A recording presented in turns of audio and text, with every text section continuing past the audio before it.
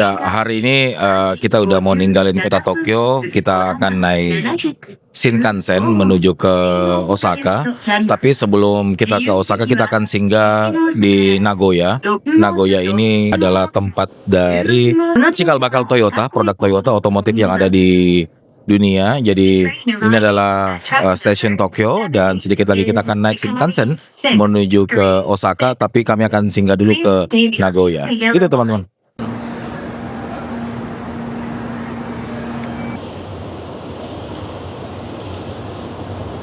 17番線の電車は折り返し9時57分発。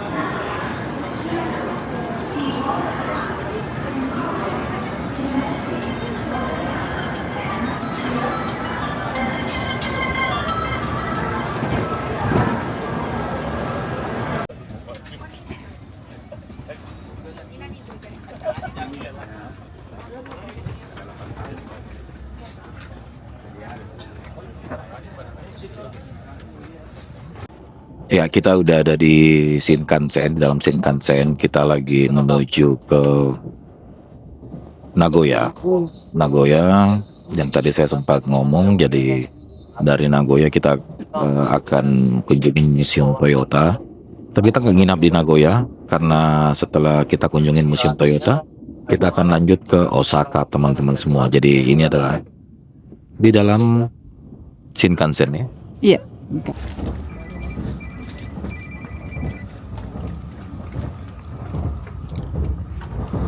Sopir,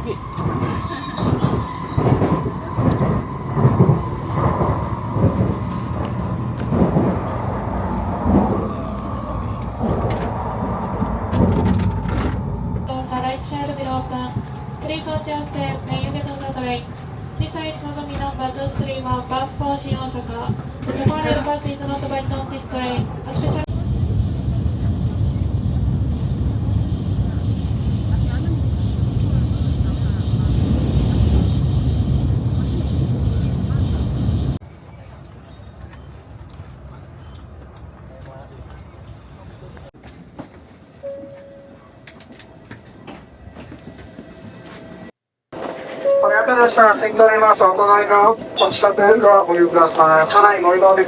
Ya, kita baru nyampe di stasiun Nagoya di mana? Di stasiun kereta di Nagoya. Shinkansen yang kita naikin tadi ini, teman-teman. Nah, itu. Dan kita hari ini langsung ke Toyota Museum yang ada di dekat Nagoya ya.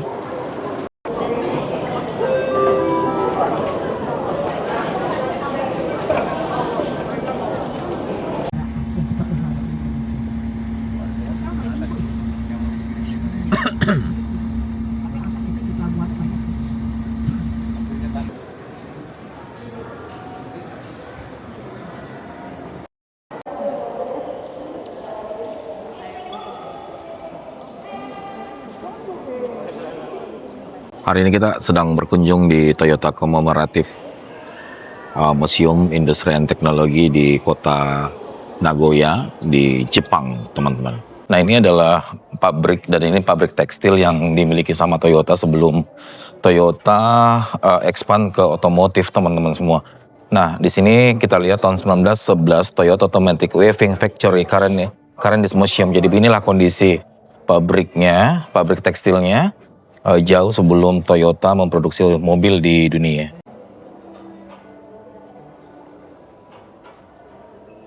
Nah, itu tuh videonya. 70% tekstil adalah produk dari Toyota itu sendiri, teman-teman. Nah, teman-teman, sebenarnya di mesin tenun pertama yang diciptakan oleh Toyota itu berbentuk seperti ini ya.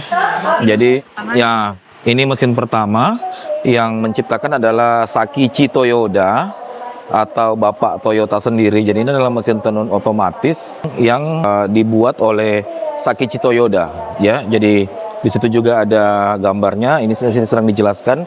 Inilah mesin tenun otomatik yang diciptakan oleh Bapak Sakichi Toyoda. Nah teman-teman, sebelum menciptakan mesin tenun otomatik dan otonomus, yang pertama diciptakan seperti ini. Hanya karena ini masih banyak yang belum final dari mesin tenun saat itu, makanya Pak Sakichi Toyoda karena melihat ibunya yang sangat-sangat lambat dalam membuat kain, makanya diciptakanlah mesin tenun seperti yang kita lihat ini, atau yang sudah semi otomatis dan otonomus. Nah, kira-kira dulu hasil dari pabrik Toyota sendiri itu menciptakan tekstilnya seperti ini teman-teman semua ya. Ini hasil tenun dari pabrik Toyota.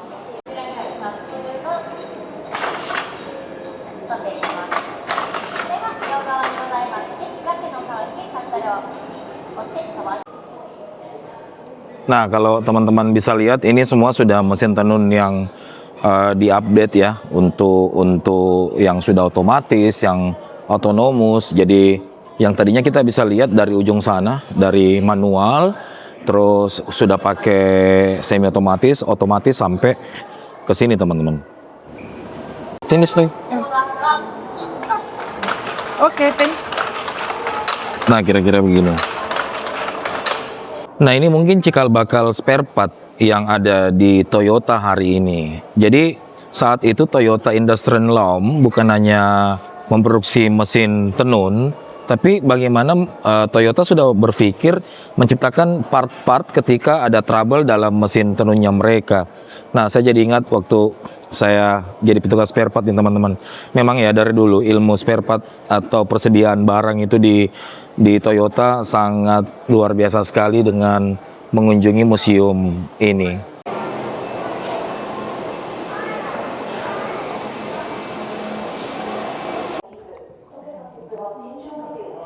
Iyalah, noken as buat silinder head di sana. Nah, teman-teman bisa lihat ini adalah Kiichiro Toyoda, anak dari Sakichi Toyoda. Dalam menentukan bahan apa untuk membuat di mesinnya, Pak Kiichiro Toyoda ini nggak segan-segan memperhatikan teman-teman, Gemba langsung turun di lapangan. Nah, bagaimana kita sebelum pindah ke Automobile Pavilion, bagaimana tanggapan kamu melihat sejarah singkat dari Toyota Industrial Loom atau tekstil Toyota di belakang kita? Kamu baru tahu kan bahwa Toyota sudah sebelum menjadi otomotif menciptakan industri tekstil. Ya, menurut saya ini otak yang penciptanya brilian, karena mungkin dia kasih sayang kepada orang tuanya. Ya, betul, kasih sayang kepada orang tuanya. Dia dari anak yang berbakti. Ya, betul. Dia kasih sayangnya, jadi dia berbakti untuk membuatkan awalnya untuk mamanya saja pertama. Tapi karena saat itu Jepang membutuhkan teknologi ini, jadi sehingga Pak Sakichi Toyoda itu menciptakan industri mesin tenun otomatis ini, kira-kira begitu. Oke, setelah dari sini kita lanjut ke Automobile Pavilion. Nah, ini adalah mobil pertama yang Toyota buat di pabriknya, bernama Toyota E1 ya. Toyota E1-nya itu seperti ini prototipenya, teman-teman. Ya, jadi ini adalah prototipe dari mobil pertama yang Toyota ciptakan yang bernama E1.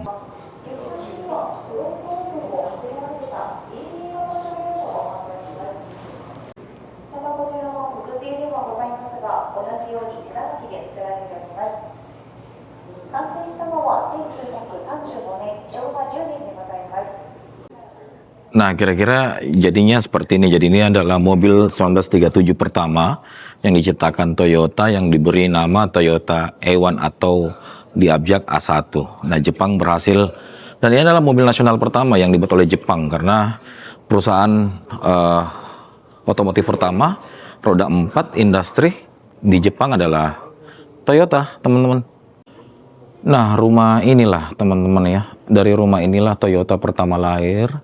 Dan rumah ini sangat bersejarah sekali untuk Toyota. karena ini yang kita kenal sebagai rumah dari Sakichi Toyoda. Nah, di sini juga banyak foto-foto dari Kiichiro Toyoda ya, Kiichiro Toyoda muda. Di sini semua dipajang sampai yang tadi kita lihat di museum otomatisnya ya, di museum factory-nya. Nah, berawal semua dari rumah ini teman-teman, dan inilah sejarah panjang dari merek Toyota. Nah, Pak Kiichiro Toyoda atau Kiichiro Toyoda Sang ya, ini foto diambil dari tahun 1920. Sebenarnya mereka itu banyak belajar dari Amerika. Nah, ini salah satu foto yang ada di Boston di Amerika, di East Coast. Nah, belajarnya di mana?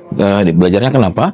Karena belajarnya itu untuk membuat mobil di negaranya sendiri. Pak Kiichiro Toyoda ini adalah salah satu orang yang sangat future atau punya pemikiran ke depan, karena mereka nggak mau negara Jepang itu dikuasain oleh mobil-mobil luar negeri teman-teman. Nah, dan memang saat itu semua mobil yang jalan di negara Jepang itu adalah mobil dari Eropa dan Amerika. Nah, ini yang membuat Kiichiro Toyoda atau anak dari Sakichi Toyoda, penemu mesin tenun tadi itu ingin melanjutkan ambisi bapaknya agar bisa di Jepang itu adalah yang jalan adalah mobil-mobil buatan Jepang sendiri. Nah, di sebelah sini kita bisa lihat setelah tadi kita lihat mobil pertama yaitu A1. Nah, ini ada tulisannya A1 ya. Nah, mobil kedua itu diciptakan adalah G1 teman-teman. Nah, ini mobil kedua yang diciptakan dalam bentuk truk atau pick up teman-teman ya, yang sudah saat itu bermesin diesel dengan di sini kita bisa lihat nih tulisannya ada engine inline 6 cylinder, ada 6 silinder OHV 3389 cc di 65 horsepower dan 3000 RPM, kira-kira begitu. Nah teman-teman, untuk dulu kan Toyota setelah ada bisnis tekstilnya, membuat bisnis industri otomotif dengan bernama Toyopet ya teman-teman ya. Atau kalau sekarang yang kita kenal Toyota, nah ini masih kanji Toyota, tapi sebenarnya ini tulisannya Toyoda. Ya teman-teman, ini adalah produksi massal dari truk G1. Nah truk G1 ini memang saat itu di tahun 1939, ini adalah produk yang paling banyak laku karena bertepatan dengan Perang Dunia Kedua teman-teman. Saat itu kan tentara-tentara baik dari kedua kubu kan membutuhkan truk untuk mengangkat pasukan. Nah, tetapi ada yang pelajaran unik di sini. Nah, kalau kita bisa lihat di sini tulisannya masih belum Toyota ya. Masih Toyoda, teman-teman. Nah, di sini juga masih Toyoda. Nah, apa yang uniknya? Masalah di mobil ini banyak muncul di bagian has roda, teman-teman. Di as roda di belakang. Dan kalau kita bisa lihat prototipe patung ini adalah Bapak Kiichiro Toyoda yang langsung turun ke lapangan melihat sebenarnya permasalahan di mobil ini apa, kenapa sampai banyak customer yang komplain. Nah, itulah pelajaran yang karena saya orang Toyota, saya sudah 21 tahun di Toyota, itu pelajaran yang sangat berharga sekali hari ini ketika kita dapat something problem, kita harus turun tuh di lapangan melihat apa sih kejadian yang ada di lapangan. Dan dari mobil G1 ini kita dapat pelajaran yang sangat berharga sampai hari ini.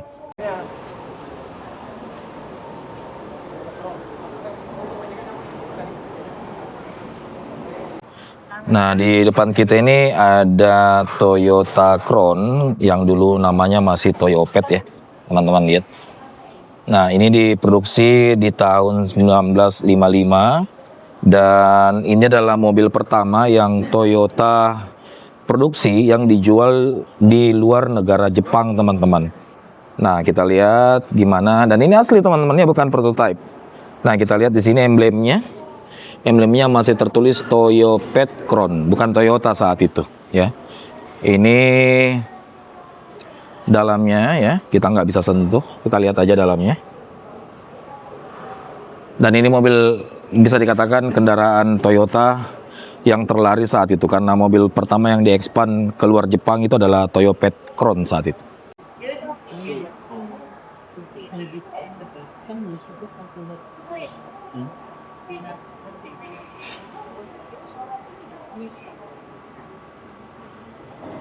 Nah, jangan heran kalau sedan-sedan dulu itu masih penggerak roda belakang semua, teman-teman ya.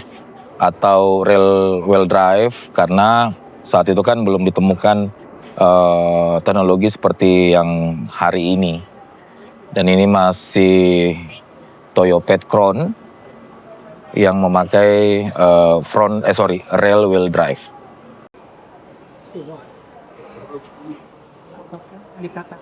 Nah, kalau saya bisa artikan dari kalimat di atas ini yang mengatakan kalau kita bekerja dengan teliti, dengan hati-hati, pasti kita akan jauh lebih maju. Dan itulah yang terjadi di Toyota, karena Toyota itu nggak meneruskan barang yang salah, jangan membuat barang yang salah atau produk yang salah, teman-teman ya.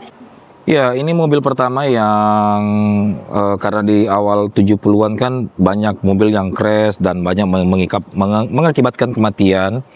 Maka dari itu, ini adalah mobil pertama yang Toyota buat dan sudah menjalani uji tes tabrak, teman-teman ya. Kita lihat di sini chassisnya sudah lebih kokoh dan head unitnya, di bagian dalamnya juga sudah proper semua. Nah, kalau kita lihat itu ada dummy di dalamnya. Ini adalah mobil uji tabrak yang dilakukan Toyota saat itu, dan di awal 70-an sudah menggunakan nama, kita lihat Toyota ya. Toyota, tapi ini tes ujinya ada di Amerika, jadi bukan di Jepang saat itu. Ini uji tabraknya atau semacam New Global Assessment-nya itu saat itu ada di Amerika, teman-teman. Ini produksi mobil-mobil Toyota di awal-awal 80-an ya. Di sini. Di awal 80-an kita udah fokus dengan SUV, teman-teman.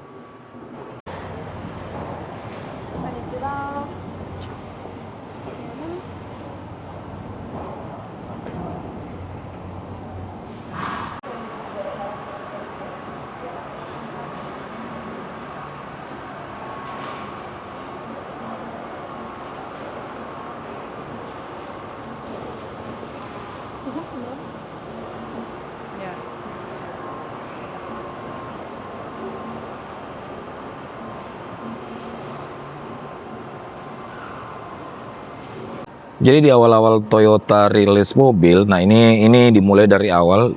Di awal itu membuat plat baja seperti ini, kemudian masuk plat bajanya disatukan semua, masuk ke cat ya. Kalau kita bisa lihat di situ ada miniatur orang sedang ngecat pintu ya.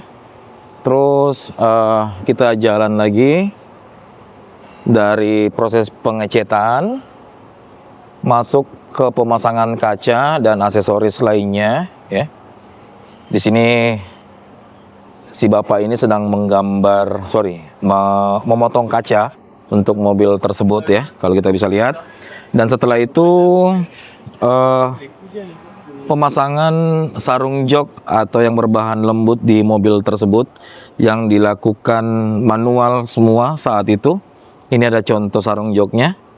Dan setelah itu mobil plat itu disatukan dengan chassis ya. Kita lihat penyatuan dari yang sudah dilakukan dari pengecetan, terus pemasangan kain dan disatukan dengan chassis di bodi ini. Nah, kira-kira part-partnya saat itu ya di tahun 1930-an seperti ini, teman-teman.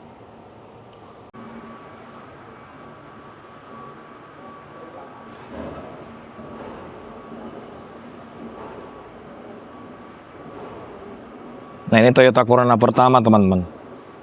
Toyota Corona pertama diproduksi tahun 1964, masih memakai nama Toyopet ya. Jadi dulu itu ada tiga, ada Corona, Corolla, dan Crown ya, atau seperti di bahasa Italianya Vini Vidi Vici ya. Jadi Toyota ada Corona, Crown, dan Corolla. Nah, ini Corona pertama yang diciptakan oleh Toyota. Camry 1982. Nah, saat itu Camry diperkenalkan sebagai mobil yang elegan ya. Dan ini adalah Camry pertama yang Toyota produksi dan sudah memakai logo Toyota. Tapi perbedaan mobil-mobil Lux Toyota itu selalu emblemnya dibedain, teman-teman. Yang sekarang kita masih lihat ada Toyota Alphard dan lain-lain. Nah, teman-teman nggak bisa rasakan Yaris Cross Hybrid, Innova Zenix Hybrid, Alphard Hybrid, atau mobil hybrid Toyota yang lainnya kalau nggak ada si empuhnya nih.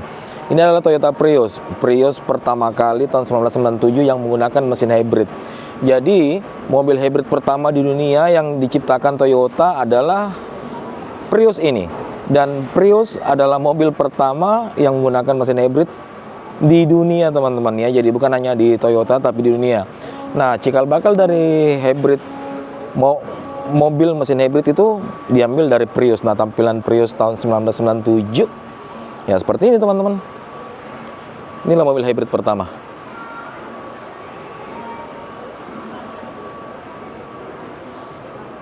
Ada Prius, bukan Primus ya. Dan di tahun 97 sudah memakai emblem hybrid yang kita kenal sekarang ya.